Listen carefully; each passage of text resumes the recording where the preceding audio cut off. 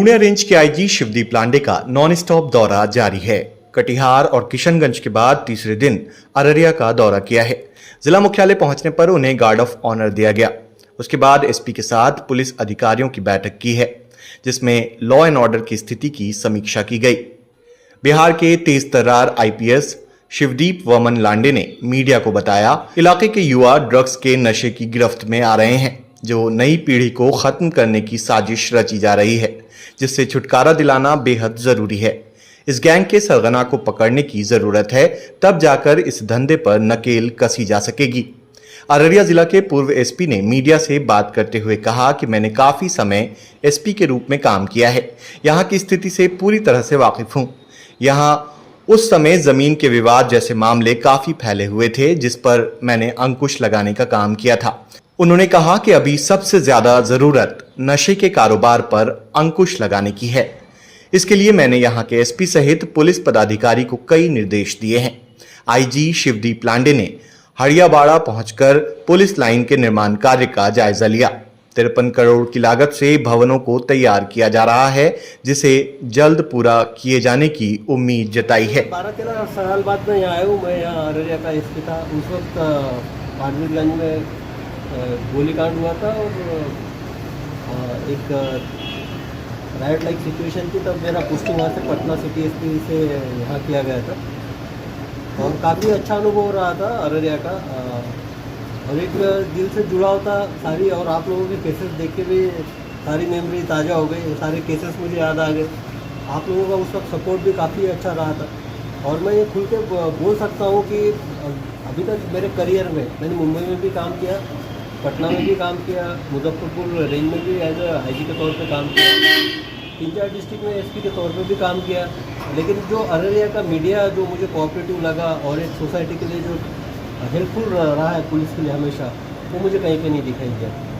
और रही बात यहाँ के अभी सिचुएशन की, जो एक डिकेड के बाद, एक दशक के बाद जो मैं परिवर्तन देख रहा हूँ, एक तो इंफ्रास्ट्रक्चर में परिवर्तन दिख ही रहा है। रास्ते में बहुत सारे छोटे छोटे इंडस्ट्रियल यूनिट भी दिख रहे, काफ़ी अच्छा है। लेकिन जो समस्या है वो पूरे मुझे लगता है कि एक सीमांचल की समस्या दिख रही है मुझे। स्मैक का सेवन जो यंगस्टर्स वाला, ये एक जनरेशन को बर्बाद करने का जो शुरुआत है, मुझे लगता है कि इस क्षेत्र से ही शुरुआत हुआ है। और ये मुजफ्फरपुर में भी था स्मैक और इसका जो ड्रग्स का सेवन, कोडिन फॉस्फेट जो कोरेक्स होता है उसका सेवन। लेकिन इस रेंज में मुझे काफ़ी थोड़ा उसका जो मात्रा वो ज़्यादा दिख रहा है। जो एडिक्ट है उनकी संख्याओं की जो एक प्रिलिमिनरी बातचीत के दौरान पता चली कि वो भी संख्या काफ़ी ज़्यादा है। तो मुझे लगता है एक चैलेंज है ये यहाँ पे, और मेरे चारों जिला के एसपी इसको प्राथमिकता से निपटाएंगे, ये मुझे विश्वास भी है।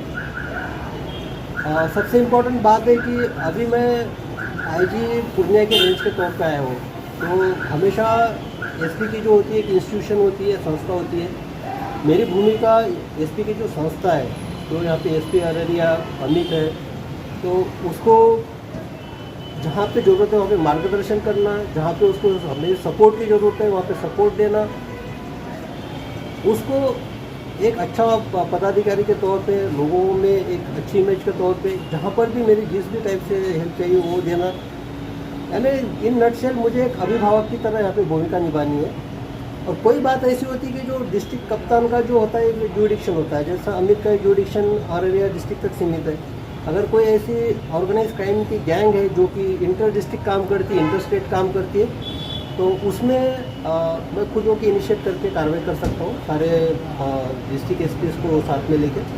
आज भी वही है, आर्थिक अपराध जो है पूर्णिया पूरे रेंज में आर्थिक अपराध की एक जड़ है यहाँ पे, और उसी को खोजने की ज़रूरत है। मेरी यहाँ पे प्रायोरिटी तो वही थी आर्थिक अपराध की। और मैं बता देना चाहता हूँ कि उस वक्त एग्जाम्पल के तौर पे इंदिरा आवास को कोई ख्याल ही नहीं करता था। जैसा टैक्स के माध्यम से इंदिरा आवास का पैसा निकलता था, मुझे आज भी याद है कि उसमें करीबन 74 एफआईआर मैंने करवाए थे और 250 से ज़्यादा उसमें अरेस्टिंग हुई थी। और उस अरेस्टिंग में एसडीओ से लेके जो भी सरकारी पदाधिकारी से लेके बैंक के जो पदाधिकारी थे उनकी भी उसमें गिरफ्तारी हुई थी। बाद में एक यहाँ पे जो जड़ होता है लैंड डिस्प्यूट का, उसका भी यहाँ रैकेट चल रहा था कि फर्जी जो केवाला बनता था, उसमें भी काफ़ी एक्शन हुआ था यहाँ पे। कपूरथोड़ा में भी इशू हुआ था, ट्यूबेक्टोमी ऑपरेशंस का जो कि एक स्कैम उद्भेदन किया था, तो काफ़ी यादें जुड़ी हुई है। अभी वो गिनना तो नहीं बैठता हुआ है, लेकिन है यहाँ पे एक आर्थिक अपराध को एक अलग डायमेंशन से देखने की ज़रूरत है। और मुझे ये अच्छा लगा कि फारबिसगंज का जो एक इंडस्ट्रियल यूनिट था जहाँ पे राइट हुआ था, राइट के बाद मेरी पोस्टिंग हुई थी,